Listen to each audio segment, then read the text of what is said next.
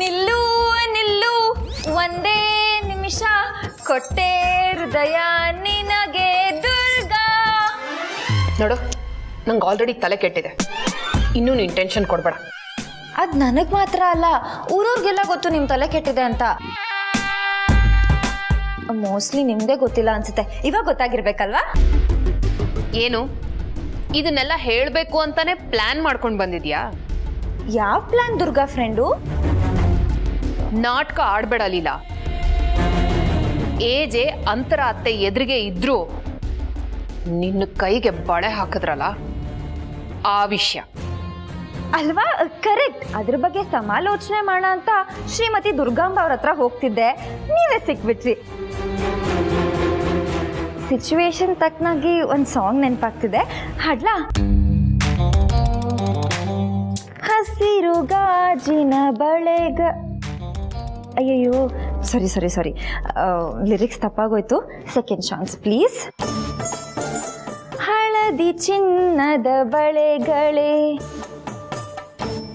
ಸ್ತ್ರೀ ಕುಲದ ಶುಭ ಸ್ವರಗಳೇ, ಕೈಗಳಿಗೆ ಸಂಗೀತವೇ. ಸಾಕ್ ನಿಲ್ಸು ನಿಂದಿ ನಾನ್ಸೆನ್ಸ್ನ. ಹೌದಾ? ಸರಿ ಬೇಗ ಬಾ ನನ್ನ ಜೊತೆ, ಬೇಗ ಬಾ. ಎಲ್ಲ ಕರ್ಕೊಂಡೋಗ್ತೀಯ? ಬಿಡು. ಕಿಚನ್ಗೆ ತುಂಬಾ ಉರಿತಿದೆ ಅಲ್ವಾ, ಐಸ್ ಕ್ಯೂಬ್ ಕೊಡ್ತೀನಿ, ತಣ್ಣಗಾಗತ್ತೆ. ಬೇಡ ಲೀಲಾ, ಇದು ಒಳ್ಳೇದಲ್ಲ. ಅಂತರ ಅತ್ತೆ ಮುಂದೆ ಒಂಥರ, ಏಜೆ ಮುಂದೆ ಒಂಥರ, ನಮ್ಮ ಮುಂದೆ ಒಂಥರ, ಅಜ್ಜಿ ಮುಂದೆ ಇನ್ನೊಂಥರ, ಒಬ್ಬೊಬ್ರು ಮುಂದೆ ಒಂದೊಂಥರ ಬಿಹೇವ್ ಮಾಡ್ತಾ ಇದೆಯಲ್ಲ, ಇದನ್ನ ಜೀವನ ಅನ್ನಲ್ಲ, ನಾಟಕ ಅಂತಾರೆ. ಓ, ನನಗೆ ಜೀವನದ ಪಾಠ ಮಾಡಕ್ ಬಂದಿದ್ಯಾ ದುರ್ಗಾ? ಬೇಡ, ನಾನು ಅದರಲ್ಲಿ PhD ಮಾಡಿದ್ದೀನಿ. ಯಾಕೆ ಹೇಳು?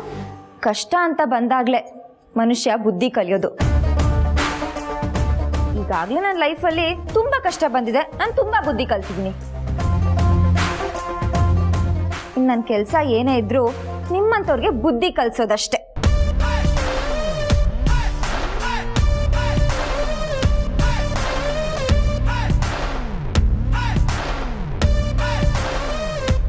ಏಜೆ ನಿನ್ ಜೊತೆ ಇದ್ದಾರೆ ಅಂತ ತುಂಬಾ ಮೆರಿಬೇಡ. ಏಜೆ ನಿನಗೆ ತೋರಿಸ್ತಾ ಇರೋದು ಕೇರ್. ಅದನ್ನ ಪ್ರೀತಿ ಅಂತ ನೀನ್ ಅನ್ಕೊಂಡ್ರೆ ಅದು ನಿನ್ನ ಮೂರ್ಖತನ. ಓ, ಇಸ್ ಇಟ್? ನಾನು ಎಲ್ಲೂ ಓದಿದ ನೆನಪು, ಈ ಕೇರ್, ಕಾಳಜಿ ಅನ್ನೋದು ಪ್ರೀತಿಯ ಪ್ರತಿರೂಪ ಅಂತ. ಈಗ ನೀನ್ ತಾನೇ ಹೇಳ್ದೆ ಏಜೆ ನನ್ನ ಮೇಲೆ ತುಂಬಾ ಕೇರ್ ತೋರಿಸ್ತಾರೆ ಅಂತ. ಅದ್ರ ಅರ್ಥ ಏನ್ ಗೊತ್ತಾ? ಅವ್ರಿಗೆ ನನ್ನ ಮೇಲೆ ತುಂಬಾ ಪ್ರೀತಿ ಇದೆ ಅಂತ ಅಲ್ವಾ ಫ್ರೆಂಡ್?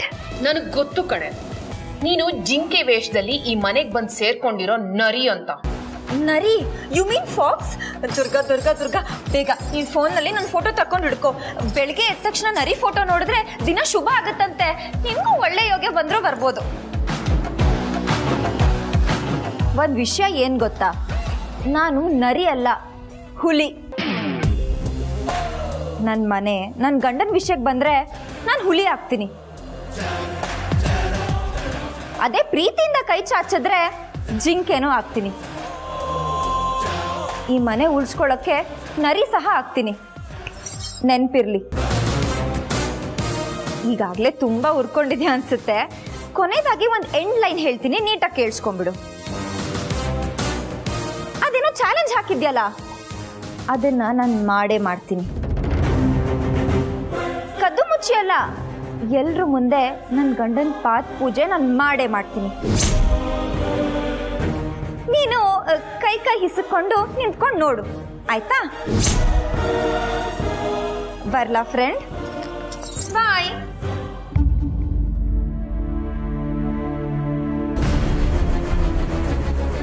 ನೋಡ್ತೀನಿ ಕಣೆ, ನೀನು ನಮ್ಮನ್ನ ಅಂತರ ಅತ್ತೆನ ದಾಟಿ ಏಜೆ ಪಾದ ಪೂಜೆ ಹೇಗ್ ಮಾಡ್ತೀಯ ಅಂತ ನಾನು ನೋಡ್ತೀನಿ.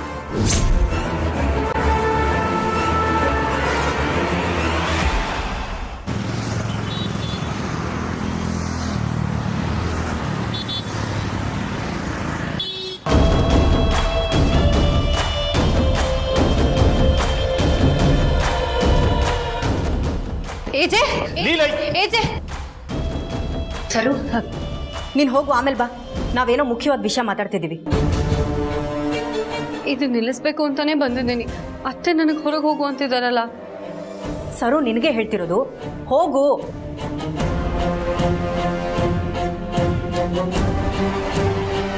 ಅತ್ತೆ ಅದು ಏಜೆ ಹತ್ರ ಒಂದು ಇಂಪಾರ್ಟೆಂಟ್ ವಿಷಯ ಮಾತಾಡಬೇಕಾಗಿತ್ತು, ಅದಕ್ಕೆ ಬಂದೆ. ಏನು ಹೇಳು?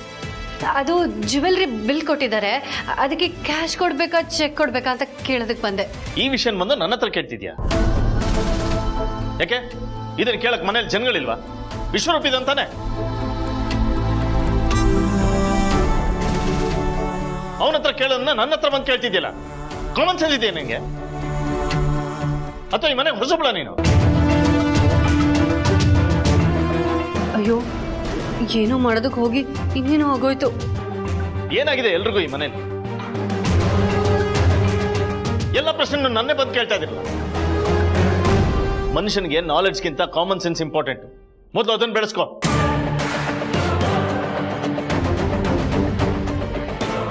ಅತ್ತೆ ಪ್ಲೀಸ್ ಹೆಲ್ಪ್ ಮಾಡಿ. ಈಚೆ ನನ್ನ ಮೇಲೆ ಕೋಪ ಬಂದಿದೆ, ಬೈದ್ ಬಿಡ್ತಾರೆ.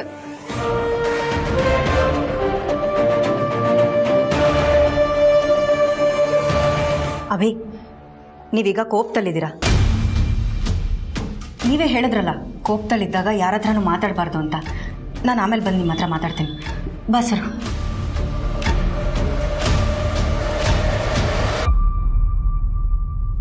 ಅಂತರ ಯಾವತ್ತೂ ಈ ಥರ ಮಾತಾಡ್ದವಳಲ್ಲ. ಏನು ನಡೀತಾ ಇದೆ ಈ ಮನೇಲಿ?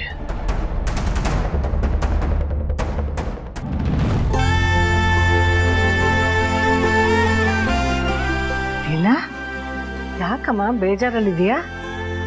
ನನ್ನ ಗಂಡ ನನಗೆ ಬಳೆ ತೋರಿಸೋದು ನನ್ನ ಅದೃಷ್ಟ ಅಂತ ಅನ್ಕೊಳ್ಳೋ ಸ್ಥಿತಿಗೆ ಬಂದ್ಬಿಟ್ಟಿದ್ದೇನಲ್ಲ,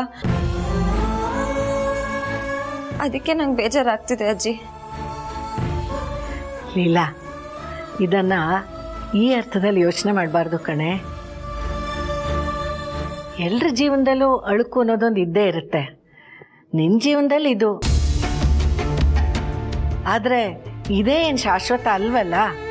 ಇಲ್ಲ ಅಜ್ಜಿ, ಎಷ್ಟೋ ಹೆಣ್ಮಕ್ಳಿಗೆ ಅವ್ರ ಗಂಡ ಅವ್ರಿಗೆ ಬಳೆ ತೋರಿಸೋದು ಸಾಮಾನ್ಯ ವಿಷಯ ಆಗಿರ್ಬೋದು, ಆದರೆ ಈ ವಿಷಯ ನನಗೆ ವರ ಅನ್ನೋ ಮಟ್ಟಕ್ಕೆ ನನ್ನ ಜೀವನ ಕುಸ್ತು ಬಿದ್ದಿದ್ದಿಲ್ಲ ಅಂತ ನನಗೆ ತುಂಬ ಬೇಜಾರಾಗ್ತಿದೆ ಅಜ್ಜಿ. ನಾನು ಯಾರಿಗೆ ಏನು ಅನ್ಯಾಯ ಮಾಡಿದ್ದೀನಿ ಅಂತ ನನಗೆ ಇಷ್ಟೊಂದು ನೋವಾಗ್ತಿದೆ. ಆ ದೇವರು ಸಿಗಲ್ಲ ಅಂತ ಅನ್ಕೊಂಡಾಗ ನಮಗೆ ಕೊಡ್ತಾನೆ, ಅನುಭವಿಸೋ ಅಷ್ಟೊತ್ತಿಗೆ ನಮ್ಮಿಂದ ಕಿತ್ಕೊಂಡ್ಬಿಡ್ತಾನೆ. ಇನ್ನೇನು ಮತ್ತೆ ಸಿಗುತ್ತೆ ಅಂತ ಅನ್ಕೊಂಡ್ರೆ, ಅದನ್ನ ಪಡ್ಕೊಂಡ್ರೆ ನಮ್ಮಿಂದ ಬೇರೆಯವ್ರಿಗೆ ನೋವಾಗುತ್ತಾ ಅಥವಾ ಮೋಸ ಆಗುತ್ತಾ ಅಂತ ಅನ್ಸುತ್ತೆ ಅಜ್ಜಿ. ಅನ್ಸಿದ್ದೆಲ್ಲ ನಿಜ ಆಗಲ್ಲ ಕಣೆ. ಪ್ರತಿನಿತ್ಯ ಜೀವನದಲ್ಲಿ ಏನಾದ್ರೂ ಒಂದು ಅನ್ನಿಸ್ತಾನೆ ಇರುತ್ತೆ. ದಡ್ಡಿ, ಅನಿಸಿಕೆನೆ ಬೇರೆ, ಸತ್ಯನೇ ಬೇರೆ, ತಿಳ್ಕೊ. ಏನ್ ತಿಳ್ಕೊಂಡ್ರು ಇವಾಗ ಯಾವ ಪ್ರಯೋಜನನೂ ಇಲ್ಲ ಅಜ್ಜಿ. ಪ್ರಯೋಜನ ಇಲ್ವಾ? ಏಯ್, ಈ ಮುದುಕಿ ನಿನ್ನ ಪ್ರೀತಿಯಿಂದ ಮಾತಾಡಿಸ್ತಾಳೆ ಅಂತ ನನ್ನ ಹತ್ರ ಏನೇನೋ ಮಾತಾಡ್ಬೇಡ ನೀನು. ನಾನು ಘಟ್ವಾಣಿ ಹೆಂಗ್ಸೆ, ಏನೋ ಸೀನಿಯರ್ ಸಿಟಿಸನ್ ಆಗಿದ್ದೀನಲ್ಲ ಅಂತ ಮೆತ್ತಗಾಗಿದ್ದೀನಿ ಅಷ್ಟೇ. ಮನಸ್ಸು ಮಾಡಿದ್ರೆ ಈಗಲೂ ಯುದ್ಧ ಮಾಡಕ್ಕೂ ನಾನು ರೆಡಿ. ಇನ್ನೊಬ್ಬರು ಚೆನ್ನಾಗಿರ್ಲಿ ಅನ್ನೋಕ್ ಬಿಟ್ಟು ನಾನು ದೂರ ಉಳ್ಕೋತೀನಿ ಅಂತ ಆಲೋಚನೆ ಏನಾದ್ರು ಮಾಡಿದ್ರೆ. ಅಜ್ಜಿ, ಯಾಕೆ ಇಷ್ಟೊಂದು ಕೋಪ ಮಾಡ್ಕೋತಿದ್ದೀರಾ? ನೋಡು, ನೀನು ತ್ಯಾಗ ಮಾಡೋದಲ್ಲ, ರಾಮ್ನ ನೀನ್ ಪಡ್ಕೋಬೇಕು.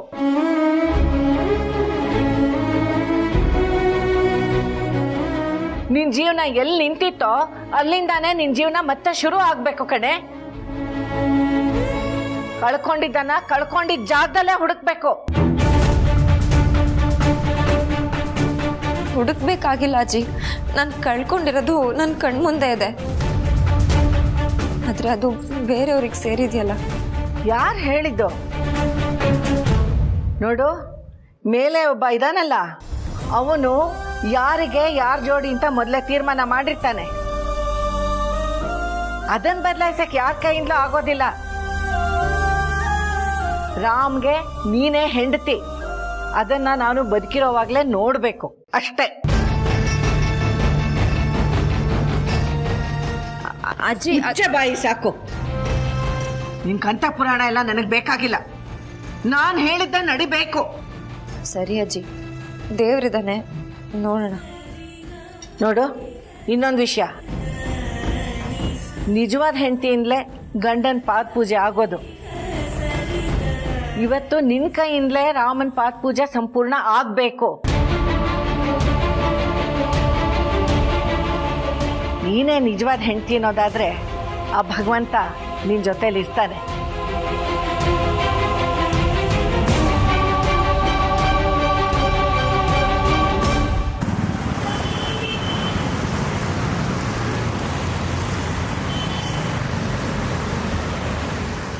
ಚಿನ್ನಿ ಮದ್ದು ಬುಜ್ಜಿ ಬಂಗಲಿ ರೀ, ಯಾರನ್ನ ಕರಿತಿದ್ರಿ? ಅದು ಇಷ್ಟು ಪ್ರೀತಿಯಿಂದ. ಏನಂದೆ? ನಾನು ಇಲ್ದೇ ಇರೋಗ ಯಾರನ್ನ ಕರಿತಿದ್ರಿ ಅಂದೆ. ನೀವು ಹುಡುಗಿರಿ ಏನ್ ಮೆಂಟಲ್ಲ? ನೀನ್ ಇಲ್ಲ ಅಂತ ನಿನ್ನನ್ನೇ ಕರಿತಿದ್ದೀನಿ ತಾನೆ. ನನ್ನ ಕರೆದ್ರಾ? ಮತ್ತೆ ಹೆಸರು ಹಿಡ್ದು ರೂಪ ಅಂತ ಕರೀಲೇ ಇಲ್ಲ.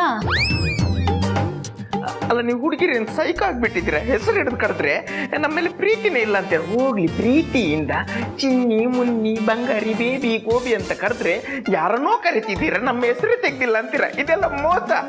ನೀವು ಹುಡುಗಿರು ಆಟ ಆಡೋದಿದ್ರೆ ನ್ಯಾಯವಾಗಿ ಆಟ ಆಡಿ, ಈ ಥರ ಎಲ್ಲ ಮೋಸ ಆಡಬೇಡಿ. ಅಯ್ಯೋ ಸಾರಿ ರೀ, ಮಿಸ್ ಆಗ್ಬಿಟ್ಟು ಮಿಸ್ಟೇಕ್ ಮಾಡ್ಕೊಂಡೆ. ಇಟ್ಸ್ ಓಕೆ, ಹೋಗ್ಲಿ ಬಿಡಿ ಚಿನ್ನ. ನಿನ್ನ ಹತ್ರ ಒಂದು ಕೆಲಸ ಆಗ್ಬೇಕಿತ್ತು, ಅದಕ್ಕೆ ಬಂದೆ. ಏನು ಬಿದ್ರಾ? ಮತ್ತೆ ನುಳುಕ್ತಾ? ಮತ್ತೆ ಯಾಕ್ರಿ ಕಾಲ್ ತೋರಿಸ್ತಿದ್ದೀರಾ? ಈ ಭೀಮನ ಅಮಾವಾಸ್ಯೆ ಪ್ರಯುಕ್ತ ನಾಡಿನ ಸಮಸ್ತ ಗೃಹಿಣಿಯರೆಲ್ಲ ಗಂಡನ ಪಾದ ಪೂಜೆ ಮಾಡ್ತಾರೆ. ನೀನು ನನಗೆ ಮಾಡಬಾರ್ದ? ಮದ್ವೆ ಆದ್ಮೇಲೆ ಅಲ್ವಾ ಪೂಜೆ ಮಾಡಿ ಮುಖಕ್ಕೆ ಮಂಗಳಾರತಿ ಎತ್ತದು. ಇವಾಗ ಯಾಕೆ? ಗಂಡನ ಪೂಜೆ ಚಿನ್ನಿ. ಆಹಾ, ನಾನು ಮದ್ವೆಗೆ ಮುಂಚೆ ಇದೆಲ್ಲ ಮಾಡಲ್ಲಪ್ಪ. ಚಿನ್ನಿ, ಮದ್ವೆಗೆ ಮುಂಚೆ ಏನೇನೋ ಮಾಡ್ತಾರಂತೆ, ನೀನು ಗಂಡನ ಪಾದ ಪೂಜೆ ಮಾಡಬಾರ್ದಾ? ಹಾಗಲ್ಲ ರೀ, ನಿಮ್ಮೊಳಗ್ ನಾನು, ನನ್ನೊಳಗ್ ನೀವಿರುವಾಗ ನಾವಿಬ್ರು ಒಂದೇ ಆಗಿಲ್ವಾ? ನಾವಿಬ್ರು ಒಂದೇ ಆದ್ಮೇಲೆ ನಮ್ ಕಾಳಿಗ್ ನಾವೇ ಪೂಜೆ ಮಾಡ್ಕೊಂಡ್ರೆ ಏನ್ ಚೆನ್ನಾಗಿರುತ್ತೆ.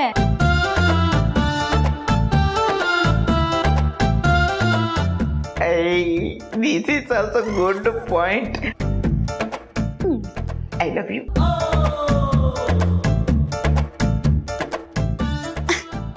I love you too ರೀ.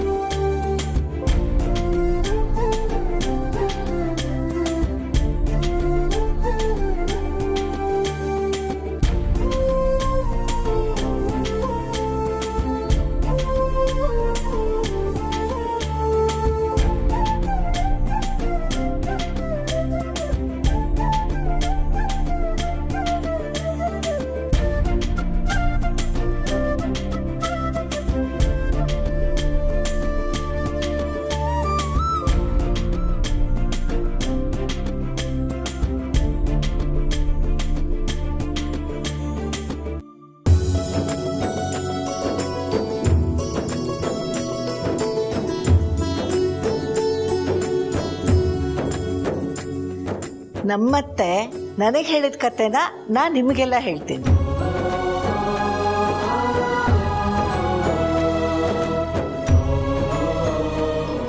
ಬಹಳ ಹಿಂದೆ ವಜ್ರಬಾಹು ಅಂತ ಒಬ್ಬ ರಾಜ ಇದ್ನಂತೆ. ಅವನಿಗೆ ವಿಜಯಶೇಖರ ಅಂತ ಒಬ್ಬ ಮಗ ಇರ್ತಾನೆ. ಆದರೆ ಆ ರಾಜಕುಮಾರ ಅವನ ಯೌವನದಲ್ಲೇ ಸತ್ತು ಹೋಗ್ತಾನಂತೆ.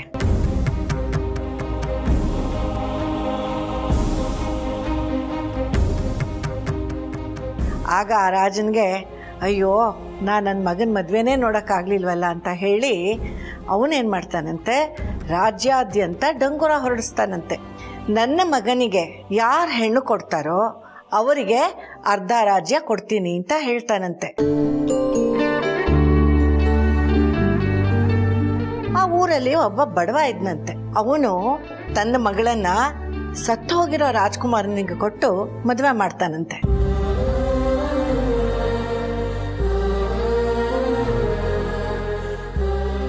ಮದುವೆ ಎಲ್ಲ ಆದ್ಮೇಲೆ ರಾಜ್ಕುಮಾರನ ಹೆಣದ ಜೊತೆ ಅವನ ಹೆಂಡ್ತಿನೂ ಕರ್ಕೊಂಡು ಹೋಗಿ ಎಲ್ಲರೂ ಅವರಿಬ್ಬರನ್ನು ಸ್ಮಶಾನದಲ್ಲೇ ಬಿಟ್ಟು ವಾಪಸ್ ಬಂದ್ಬಿಡ್ತಾರೆ.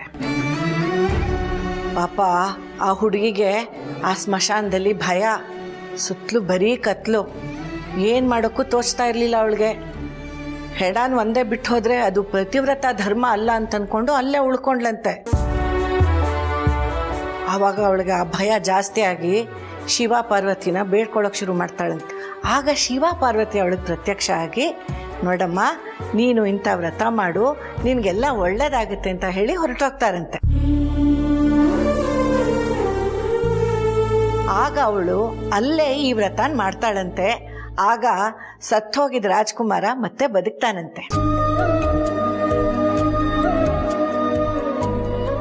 ಅದಕ್ಕೆ ಈ ವ್ರತಾನ್ ಮಾಡಿದ್ರೆ ಗಂಡನ ಆಯುಷ್ಯ ವೃದ್ಧಿ ಆಗುತ್ತೆ ಅಂತ ನಮ್ಮೆಲ್ರದ್ದು ನಂಬಿಕೆ. ಗೊತ್ತಾಯ್ತಾ? ಗೊತ್ತಾಯ್ತು ಅಜ್ಜಿ. ದೇವ್ರ ಪೂಜೆ ಮುಗಿಸಿ ಗಂಡನ ಪಾದ ಪೂಜೆನ ಶುರು ಮಾಡ್ತೀವಿ. ಸರಿ, ಈಗ ನೀವೆಲ್ಲರೂ ಒಬ್ಬೊಬ್ಬರೇ ಹೋಗಿ ದೇವ್ರಿಗೆ ಮಂಗಳಾರತಿ ಮಾಡಿಬಿಡಿ.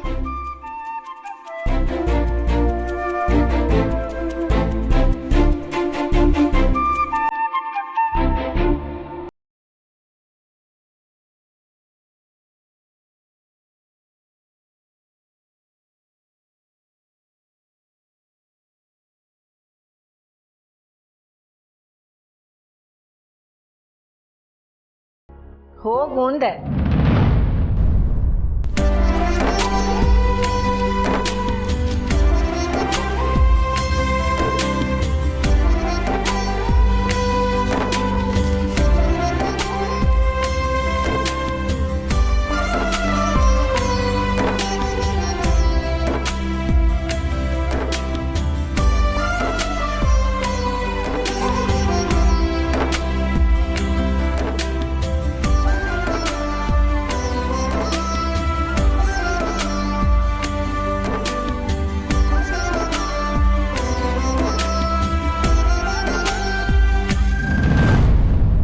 ದೇವ್ರೆ, ನಿಂಗೆ ಗೊತ್ತು, ಈ ಸರು ದುರ್ಗ ಚಾಲೆಂಜ್ ಬೇರೆ ಹಾಕಿದ್ದಾರೆ.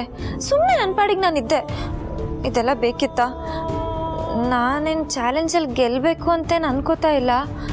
ಆದರೆ ನನ್ನ ಗಂಡ ಚೆನ್ನಾಗಿರಬೇಕು, ಅವ್ರ ಆಯಸ್ಸು ಸಂಪೂರ್ಣವಾಗಿರಬೇಕು, ಅವ್ರಿಗೆ ಯಾವ ತೊಂದರೆನೂ ಆಗಬಾರ್ದು. ಪ್ಲೀಸ್ ಪ್ಲೀಸ್ ನಾನು ಅವ್ರ ಪಾದ ಪೂಜೆ ಮಾಡೋ ಹಾಗೆ 1 ವಾರ ಕೊಡ್ತೀಯಾ? ಪ್ಲೀಸ್ ಪ್ಲೀಸ್ ಪ್ಲೀಸ್ ಪ್ಲೀಸ್ ದೇವ್ರೆ.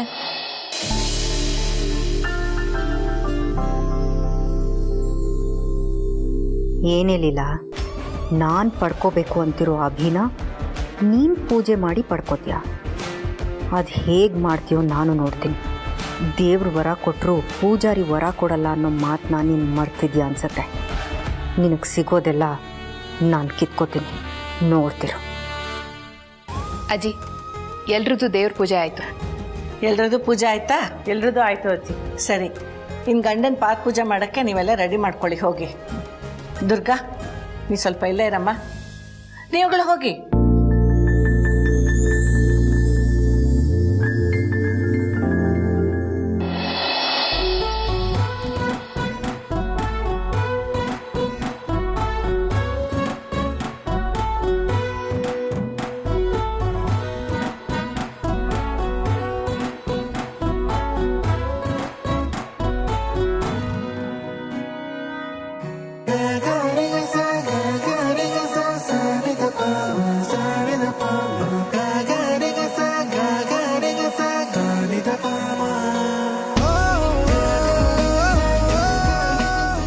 ಅಭಿ, ನೀವು ಈ ಡ್ರೆಸ್ಸಲ್ಲಿ ತುಂಬ ಚೆನ್ನಾಗಿ ಕಾಣಿಸ್ತಿದ್ರಿ. Thank you. ರೀ, ನೀವು ತುಂಬಾ ಚೆನ್ನಾಗಿ ಕಾಣಿಸ್ತಿದ್ದೀರಾ. ಅಂತರಮ್ಮ ಹೇಳಿದ್ದಕ್ಕೆ ಹೇಳ್ತಿದ್ಯಾ ಅಥವಾ ನಿಜವಾಗ್ಲೂ ಚೆನ್ನಾಗಿ ಕಾಣ್ತಿದ್ದೀನಾ? ನಿಜವಾಗ್ಲೂ ಹೇಳ್ತಾ ಇದ್ದೀನಿ, ನಿಜವಾಗ್ಲೂ ಚೆನ್ನಾಗಿ ಕಾಣಿಸ್ತಿದ್ದೀರಾ. ಪ್ರೇಮ್, ಸರು ಇಷ್ಟ ಆದ್ಮೇಲೆ ತಾನೇ ನೀನು ಮದುವೆ ಆಗಿದ್ದು?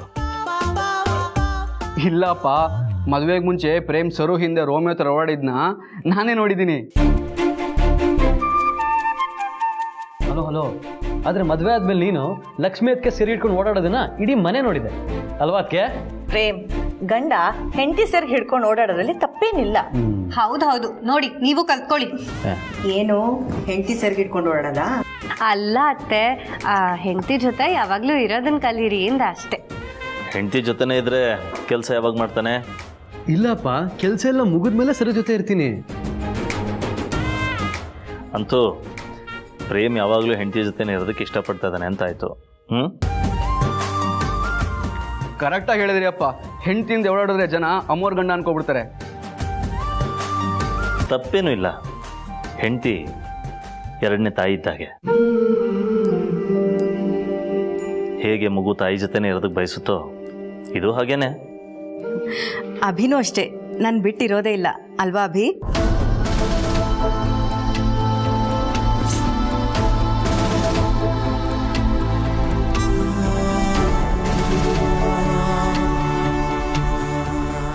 ನನ್ನ ಗಂಡನೂ ಅಷ್ಟೇ, ನನ್ ಬಿಟ್ಟಿರೋದೇ ಇಲ್ಲ. ನೋಡಿ ನೀವು ನೋಡಿ ಕಲ್ತ್ಕೊಳ್ಳಿ. ಬೇಬಿ, ಇವತ್ತಾದ್ರೂ ಗಂಡನ ಪೂಜೆ ಮಾಡಬೇಡ, ಪಾತ್ ಪೂಜೆ ಮಾಡು. ಪ್ರೇಮ್, ಇಲ್ಲಿ ಕೂತಿರೋದೇ ಪೂಜೆ ಮಾಡೋದಕ್ಕೆ. ಎಲ್ಲರೂ ಇಲ್ಲೇ ಇದ್ದೀವಿ. ಆ ಲೀನಾ ಎಲ್ರಿಗಿಂತ ಮೊದಲೇ ಏಜೆ ಪಾತ್ ಪೂಜೆ ಮಾಡ್ತೀನಿ ಅಂತ ಅಂದ್ಲಲ್ಲ, ಎಲ್ಲಿ ಕಾಣ್ತಾನೆ ಇಲ್ಲ.